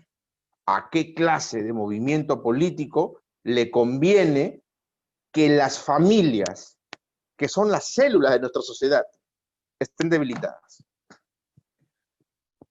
¿A qué tipo de enfermedades, vamos a llevarlo al punto de vista médico, a qué tipo de enfermedades les conviene que el sistema inmune esté debilitado? Al cáncer y al SIDA, por ejemplo. Porque el cáncer y el SIDA entran en un organismo que tiene unas fallas o que ya encontraron la brecha de cómo hackear el sistema inmune. Es por eso que son enfermedades autoinmunes o son enfermedades vinculadas a las fallas en el sistema inmunitario. El cáncer y el SIDA tienen la misma naturaleza. No se meten en un organismo que tiene un buen sistema de defensa. ¿Volvemos a la guerra con Chile? ¿O ya no quieren que hable sobre la guerra con Chile? ¿Qué dijo Diego Portales? Dijo, el futuro de Chile está, ¿en dónde? En el norte. y hasta ahorita tienen estatuas de Diego Portales señalando a la Plaza de Armas de Lima. Ojo, hasta ahorita existen. Ya no me van a renegar, ese tema me hace renegar. En realidad yo no sé cómo no se pueden los políticos peruanos darse cuenta de estas cosas, pero bueno. Volvamos a la geopolítica no solo nacional, sino internacional, o no solamente continental, hablando de Chile, sino hablando de la geopolítica intercontinental. ¿A qué movimiento político, vamos a llamarlo así, le conviene que las familias estén debilitadas? Habida cuenta que en la última guerra fuerte, la guerra del Pacífico que tuvimos, no sé, la última guerra, son comentarios solamente, ¿quiénes fueron los que salieron y pelearon en la guerra con Chile? ¿No fueron acaso las familias? ¿No hubo una masacre de italianos en Lima? ¿No hubo la quema de San Juan, la quema de Chorrillos y Barranco y Miraflores? ¿Y quiénes fueron los que pelearon mientras hubo un presidente traidor que dijo, ya ganamos la guerra, no pasa nada? Y acá estaba el almirante Fanning, estaba Andrés Avelino Cáceres, que se tuvo que ir a refugiar, salió en un ataúd haciéndose el muerto, burlándose de todos los chilenos, para librar la batalla desde la sierra, ya no desde la costa, porque la traición del ejército que se había ido con el presidente que había dicho que habíamos ganado la guerra, un desbarajuste total. ¿Quiénes se quedaron a defender Chorrillos, Barranco y Miraflores? Fueron las familias, los italianos que fueron masacrados, con todos sus hacendados, con todas sus familias. O sea, familias con familias y con familias. Familias de familias de familias fueron los que... Ahora, esta estructura familiar hubiera sido oposición, se hubiera estado formado pues sin valores, sin principios, que es precisamente lo que se consigue a través de la educación, que no te la da el Estado porque te da instrucción, sino que se consigue solamente dentro de una familia, tampoco. Es por eso que es sumamente importante, no solamente a nivel de integridad psicológica del niño, sino que a nivel geopolítico, nacional e internacional, nos conviene que nuestras familias sean fuertes, pues, así de sencillo. ¿Qué pasó en Estados Unidos, por ejemplo? En la época de los 60, para poner un ejemplo breve, un ejemplo corto y temprano, en los 60, en la época de la Gran Depresión en Estados Unidos, estamos hablando de Guerra Mundial 45, y en los 60, en la época de Al Capone, por ejemplo, en la época de Al Capone. Cuando era ilegal transportar cigarrillos y botellas de alcohol, era ilegal en esa época, ¿no? ¿Qué era lo que pasaba ahí? Existía un movimiento, que ya lo deben saber, todos los deben tener en la punta de la lengua, este movimiento que extorsionaba a políticos para llegar a sus fines políticos, valga la redundancia. Pero este movimiento político, social político a nivel internacional que amenazaba a los Estados Unidos, cometió un atentado en contra de un niño y en contra de un diputado, precisamente un político de reconocida trayectoria, de derecha, y le mataron al niño. Y hubo una persona, un oficial de inteligencia, que se dio cuenta y dijo, yo sé quiénes son, pero no tengo pruebas, los voy a investigar a fondo. El hombre pidió permisos al gobierno, al Estado, porque en Estados Unidos hay estados y hay gobierno federal, ¿no? Pidió investigó, intervino comunicaciones, puso micrófonos. La cosa es que investigó y él supo quién había matado a ese niño. Y definitivamente era el movimiento comunista. Y él cuando descubre esto, y dije, oh no, acá el comunismo ha matado a este niño. ¿Qué cosa es lo que él dice? No, acá el comunismo ha chocado con algo con lo que jamás debió chocar. Puedes matar políticos, tú puedes matar, puedes quemar el Congreso, pues lo que han estado haciendo en Chile, en España, en Argentina, en Perú últimamente. Anda, quema el Congreso, lo que tú quieras. Pero el error grave que cometió el comunismo en Estados Unidos fue matar a un niño, matar al hijo de un diputado. ¿Qué pasó ahí? ¿Qué ocasionó con ese atentado? Ocasionó que la gente, que es de lo que está formado el Estado de familias, se sintiera vulnerable. Y cuando la familia se sintió vulnerable, dijeron, ah, no, acá no va a entrar comunismo, porque los comunistas ya están matando niños. Es como lo que fue en el MRTA acá en Perú.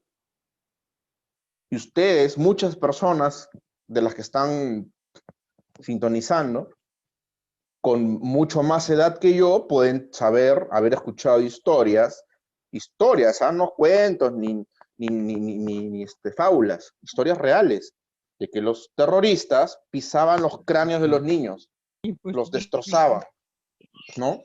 Ya. No, Acá en Perú, en las provincias, ¿no? antes salía que conectar a través de internet, ¿no? Ahí tienes que aceptar nomás. Ya sé que ¿Aló? Sí, ¿qué A ver, quieres? el moderador, por favor. ¿Qué incoherencia será? Por favor, se ruega a los asistentes apagar sus micrófonos para que pueda continuar el señor ponente.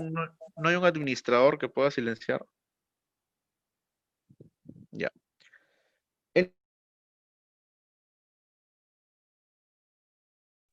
Ahí, ya. Entonces, este personaje que estaba investigando de los asesinatos, ¿no? Él dijo, no, acá hay un gran problema. El comunismo ha tocado algo que no debió tocar.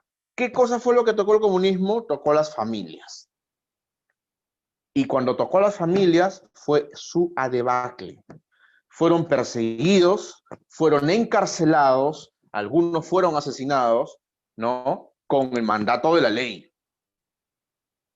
Sin embargo, este investigador, este policía investigador, dijo una frase que yo quiero que quede en las mentes de todos en esta respetable audiencia. Él dijo, ojo, lo dijo después de haber descubierto el asesinato, después de haber capturado, encerrado, fusilado a los responsables. Él dijo, el comunismo no ha muerto. El comunismo volverá, pero ya no volverá con atentados terroristas. El comunismo volverá en forma de ideología. Y lo dijo en el año 1960 aproximadamente, terminando la Gran Depresión. ¿Quién fue este personaje? Este personaje fue nada más y nada menos que John Edgar Hoover, el fundador del FBI, el Federal Bureau of Investigation de Estados Unidos. Es la agencia policial más respetada del mundo. Es la agencia policial que te investiga solamente cuando cometes delitos federales, no solamente delitos de cada estado. Son delitos federales que atacas a Estados Unidos como federación de estados. Como por ejemplo el terrorismo, el secuestro y la extorsión. Y él advirtió, como fundador del FBI, dijo claramente, el comunismo no ha muerto. Como ahora yo también se los puedo decir a ustedes, el terrorismo no ha muerto. Cuando nosotros en la ciudad de Lima ya sentimos los efectos del terrorismo con el atentado en el Chifa Fuji, del cual yo casi he sido víctima porque yo vivía a la espalda del Chifa Fuji en Miraflores, el atentado en Tarata, recién la gente comenzó a darse cuenta y sentirse vulnerable y decir, caracho, nos están matando a nosotros, a las familias. ¿Quién nos va a defender? Y recién allí la gente dijo, no, queremos un presidente con mano dura. Y la historia se desenlaza como ya la conocen. Pero el tema puntual es, si John Edgar Hoover, desde Estados Unidos, nos dijo, volverá, el comunismo volverá. Si acá en Perú tenemos a los movimientos terroristas que dicen que ya no existen y ahora tienen una bandera de la pacificación. Ah, pacificación. Muy bien, perdóname, pero tú te das cuenta que cuando el terrorismo entró a Perú enarbolando la doctrina Gonzalo, la doctrina Gonzalo ya la estaban aplicando en la cuarta fase. La cuarta fase se llamaba del campo a la ciudad, o alguien me va a desmentir en este momento. La cuarta fase se llamaba del campo a la ciudad. Un movimiento terrorista de 5 fases, porque la quinta fase ya era tomar el poder por la fuerza, por la razón o por la fuerza.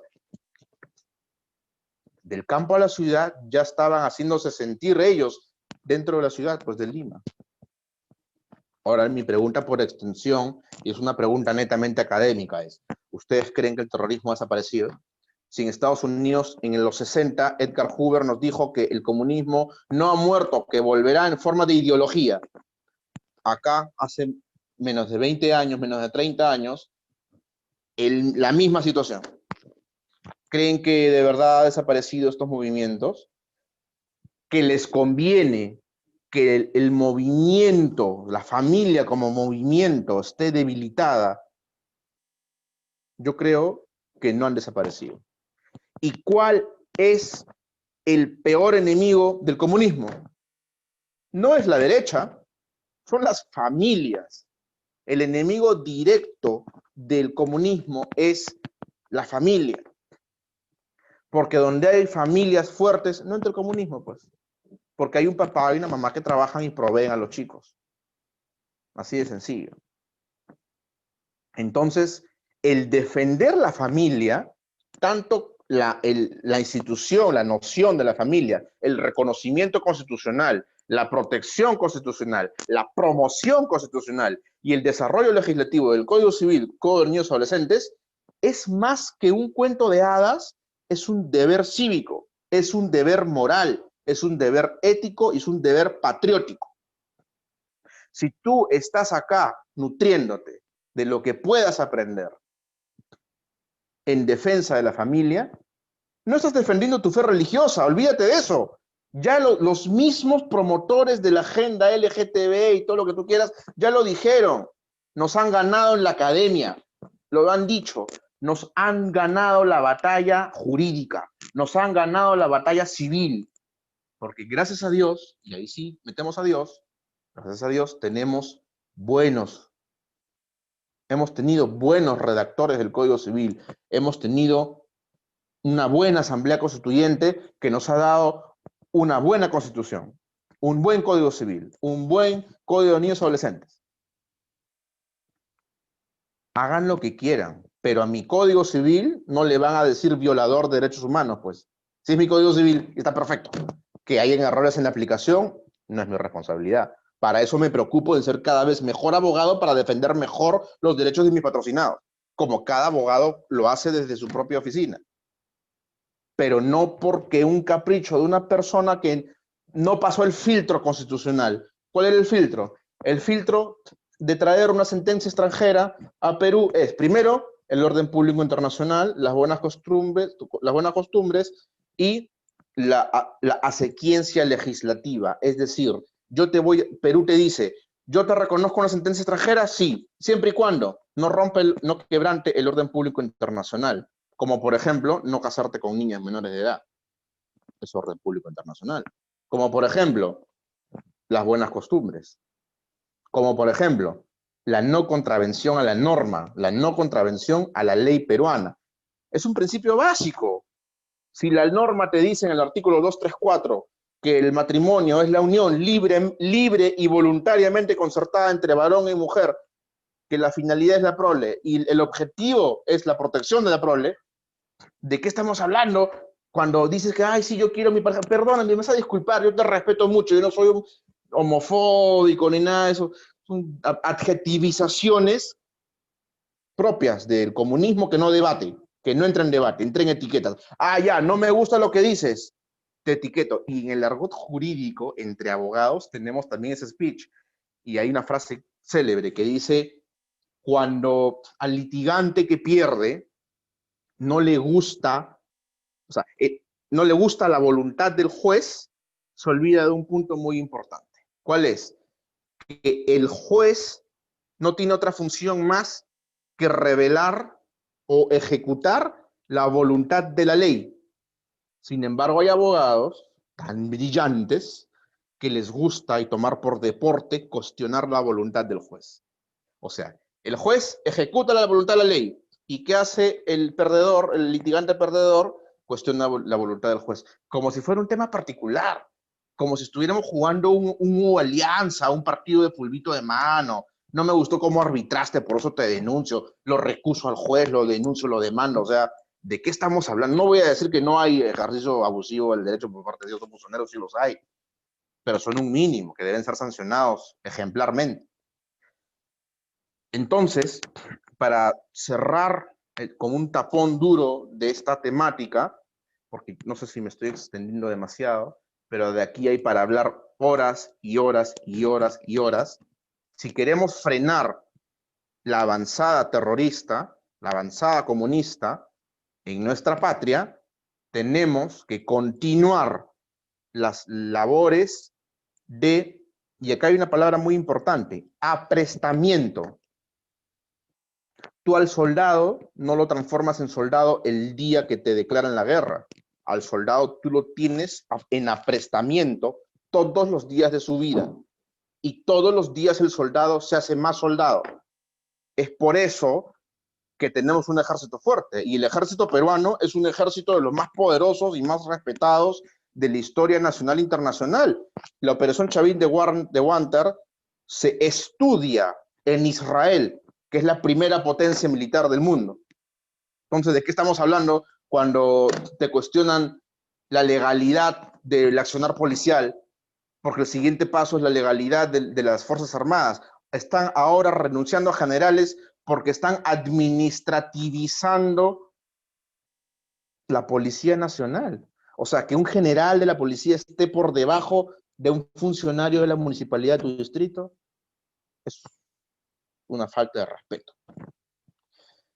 Entonces, señores, a esta querida audiencia del Movimiento Nacional Pro Familia, podríamos hablar muchísimas cosas más. Yo les pido, por favor, que les dejen sus preguntas al doctor Carlos Linares, a quien felicito por sus 10 años de entregado trabajo en favor de la familia, porque precisamente este tipo de charlas, este tipo de conferencias, sirven para formar formadores de familias fuertes y puedan divulgar el mensaje y que puedan decir, oigan, por si acaso no te estoy hablando de la Virgen de Chapi, no te estoy hablando de la piedra filosofal, no, es lo que está en la ley. Y con el imperio de la ley estamos ganando esta batalla en contra del marxismo, del comunismo y del socialismo. Entonces, felicitaciones al Movimiento Nacional Pro Familia, al doctor Carlos Linares, mis respetos y un saludo por su 10º aniversario, felicitaciones, y espero que les haya gustado esta ponencia sobre matrimonio, familia y niñez. Muchas gracias a todos. Gracias, Luciano, mucho gusto. Bien, agradecemos al doctor Andrés Suárez por tan brillante y esclarecedora ponencia.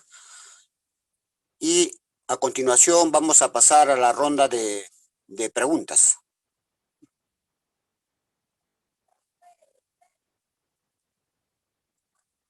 En todo caso, doctor Andrés, yo tendría un par de preguntas.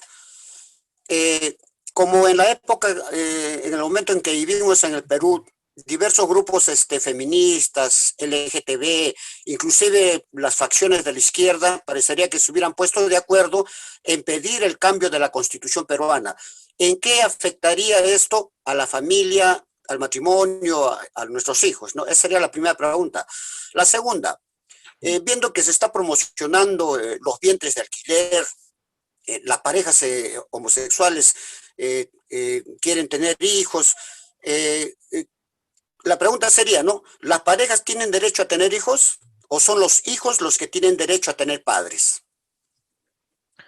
Sí, respecto de la primera pregunta, están hablando directamente sobre cambio de constitución, lo que conlleva a una sucesión lógica. Es primero cambias la constitución y después que cambias el Código Civil. Y el Código Civil, ¿qué cosa clave tiene sobre la familia y la noción de la familia? Es el artículo 234. Noción de familia y matrimonio.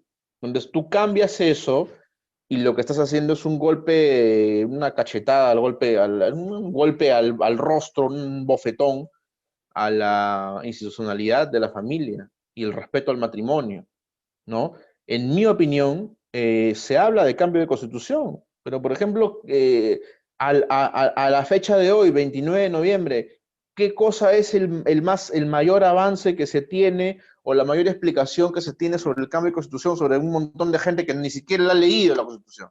Lo que más se tiene de avance es que un candidato presidencial la ha invitado a una conocidísima candidata también de izquierda recalcitrante, de la ultra izquierda, a preguntarle, oye, ¿quieres constitución? Cambio. Bueno, debate conmigo, y la mujer creo que se le está corriendo, creo que no le está dando la cara, una cosa bien vergonzosa está pasando con ella, ¿no? Que nadie sabe dónde está, se la llevan los marcianos, no sé dónde metió la cabeza, ¿no? Como el avestruz, ¿no?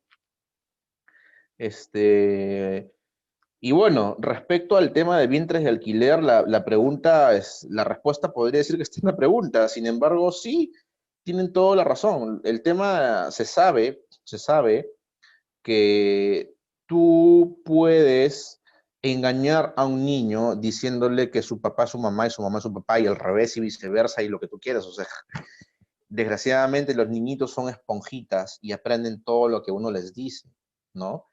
Pero más que nada, el derecho del niño prima sobre el interés del adulto. Y muchas veces es vergonzoso cómo personas mayores, sin caer en temas de homosexuales, esas cosas, para que no se sientan ofendidos tampoco. O sea, no hay ningún, yo tengo amigos homosexuales y mientras no se metan conmigo no hay ningún problema, ¿no? El problema es cuando tú quieres adoptar siendo homosexual, porque el derecho ya no es tu desarrollo personal, no importa. Importa el derecho del niño a tener una mamá y una papá. Un referente paterno, un referente materno. Yo conozco un caso muy triste de hace muchos años, una vecinita mía, una amiguita mía, su mamá no le dejaba ver a su papá desde chiquita. Era una obstrucción de vínculo tremenda. La chica cumplió 24, 25 años, o subió al 5º piso y se mató. Y ya no hay chiquita. Hay un viejo adagio que suelo utilizar en algunas ponencias, ¿no? En un partido de fútbol, ¿quién es el que más sufre? ¿Quién más sufre en un partido de fútbol? Ahora que estamos con la fiebre del fútbol, ¿no? En mi opinión, el elemento que más sufre en un partido de fútbol es la pelota, porque la patean entre 22 hombres, pues.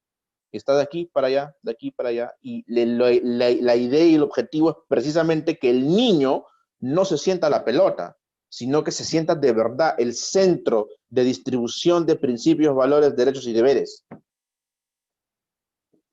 Es derecho del niño, el que prima por sobre el derecho del adulto, y no, lo que significa que no me importa tu interés, ni me importa tu voluntad o tus ganas de desarrollarte como persona porque dices, o sea, nunca quisiste tener un hijo, porque yo ya estoy base 3 ya, y tengo un montón de amistades de mayores de 30 años que ahora con más de 30 o más de 35 años se mueren por tener hijos. Sin embargo, no se ponen a pensar que todos sus 20 años se los pasaron negando o abortando, que es en muchos de los peores casos. O sea, tú tienes como 3 abortos en tu haber. Te negaste a las mejores propuestas de matrimonio porque para ti el matrimonio no existe. Y ahora que tienes 35 años vienes y dices llorando que quieres un hijo. No te pases. ¿A quién recurre esa persona? Por ego personal. A instituciones donde van a criar, entre comillas, a hijos ajenos que no se sabe si los van a llegar a amar como de verdad Dios manda a amar los unos a los otros, porque si estamos partiendo desde que es la satisfacción de un ego personal, yo no lo veo nada legítimo, pero bueno. Yo creo que tiene que entenderse que el derecho es del niño a tener papá y mamá. Y lo dice la ley claramente, a su padre y a su madre, en el mejor de los casos, de ser posible. Porque si los padres están muertos, ya pues, no hay nada que hacer. Nada es irreparable salvo la muerte, ¿no? Pero ya, pues si se murió el papá, ya tendrá que aprender a vivir sin el papá. Pero si el papá está vivo, la mamá está viva, ¿por qué se les va a prohibir? Así de sencillo. Salvo que hay un trámite de adopción de por medio, porque el trámite de adopción ya es una renuncia voluntaria y determinante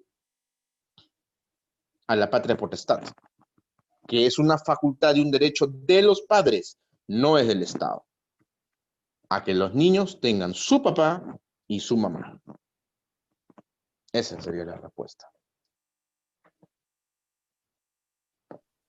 Bien, nuevamente un agradecimiento, felicitaciones al doctor Andrés Suárez. Esperemos tenerlo nuevamente en otra conferencia. Y bueno, Tacna tiene las puertas abiertas hacia usted. Muchas gracias. Gracias, muchas gracias a ustedes. Gracias al Movimiento Nacional Pro Familia. Saludos, bendiciones, felicitaciones por su 10º aniversario. Y gracias a la ciudad de Tacna por esta increíble acogida. Muchas gracias. Desde Tacna, un saludo inmenso por su 10º aniversario al Movimiento Nacional Pro Familia y en la persona también al licenciado Carlos Linares como presidente y fundador de este movimiento. Felicitaciones, Movimiento Nacional Pro Familia.